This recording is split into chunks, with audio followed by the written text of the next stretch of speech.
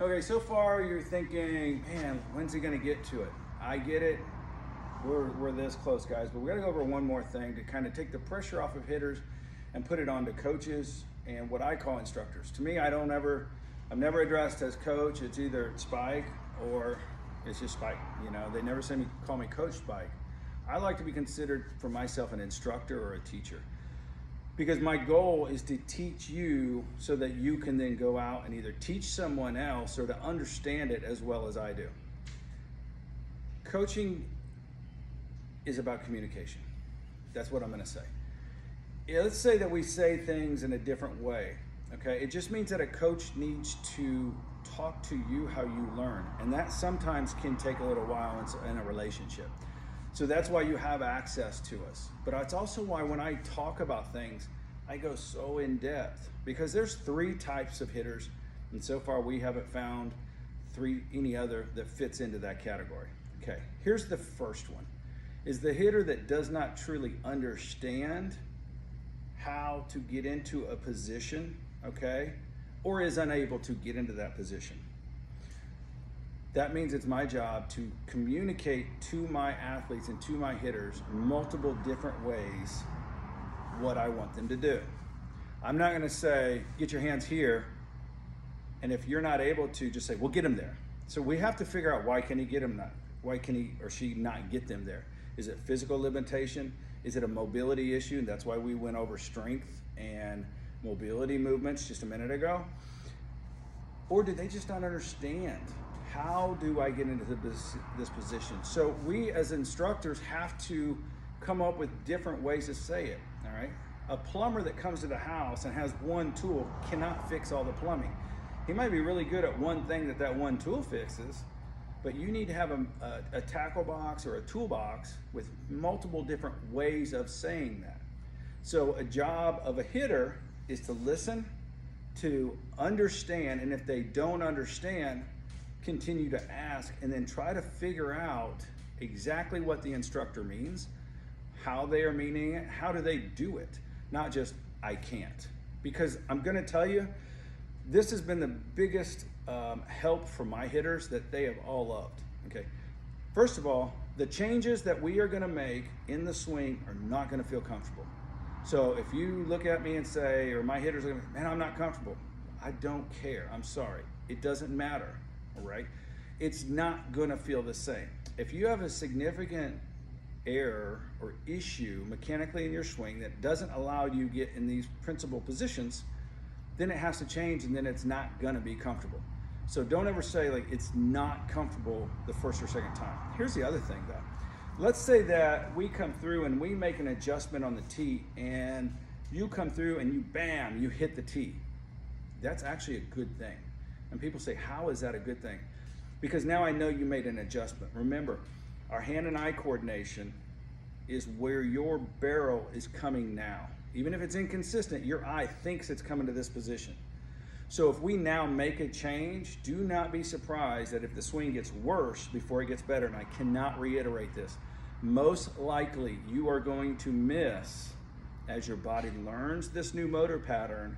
My eyes have to now know, okay, my barrel and my hands are gonna be in a different position. Please do not go away from that. If you miss 40 in a row, then we need to look at it. It is so common to miss 6 or 7, just complete hammer the tee, okay? And then all of a sudden, it just starts squaring them up. Because the eyes and the hands, the nervous system, the motor systems, they have to learn a new pattern.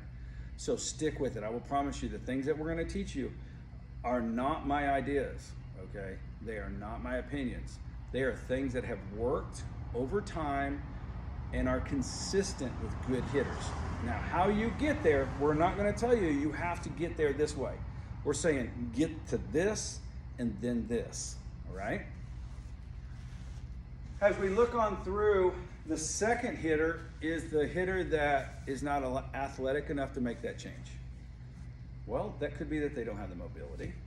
It could be that they don't have the strength, okay? Now that's gonna take a little more time, but that's more effort that you're gonna put into this that will pay off at the end. Because remember, if you're not doing it, somebody else is. That's why they're good, right? So the hitter that just athletically can't make the change, which at some point we all make that point when we just aren't good enough and the game tells us we can't play anymore. Our only goal is to try to help you play and enjoy the game at whatever level you do play as long as possible, because this is a fun game. All right. When you get to that point, we're going to look at some things, and who knows? I mean, if you're throwing 75 your senior year, probably not going to get drafted. But that doesn't mean that you didn't learn a lot from the sport, have a great time in sport, meet friends, learn discipline, learn life lessons. Here's the third type of athlete. I don't work with them. I give them a chance. I literally do not work with them. And I tell them to get out nicely the first couple times, and then we're just done. And that is the athlete that is too bullheaded to make the change. They'd rather be right than be good. They'll take their chances on their own. I mean, truthfully, that's the kid that's going to have problems in life later on. So we try to mentor them, but the fact is it's not fair to the other hitters that are working hard, that are trying to make changes, for the kid that comes in with a bad attitude or just refuses to make any changes whatsoever and then say it's your system, all right? Because for the last 100+ years, the things that we're going to go over with you have worked, okay? So don't be athlete 3. Either you don't understand, and then that's your job to make sure that you ask questions. Then we put the pressure on the instructor to say it's your job to make sure that this athlete 100% understands, and if not, figure out another way. I have had multiple times when for some reason whatever I was saying was not working, and I'll grab one of my pitching instructors. Hey, what do you see on movement that I'm missing? Because I see it all the time, and I miss things if I just didn't get it. Don't be afraid to have another very, very high level person that's involved say, hey, what do you see? Because the fact is, it's not about the instructor and it's not about the coaches. This is about getting athletes better so that they can play longer. You don't have to be the greatest coach in the world or instructor in the world. I don't have to be. My job is to help that athlete enjoy his sport, her sport, and just enjoy the game, okay?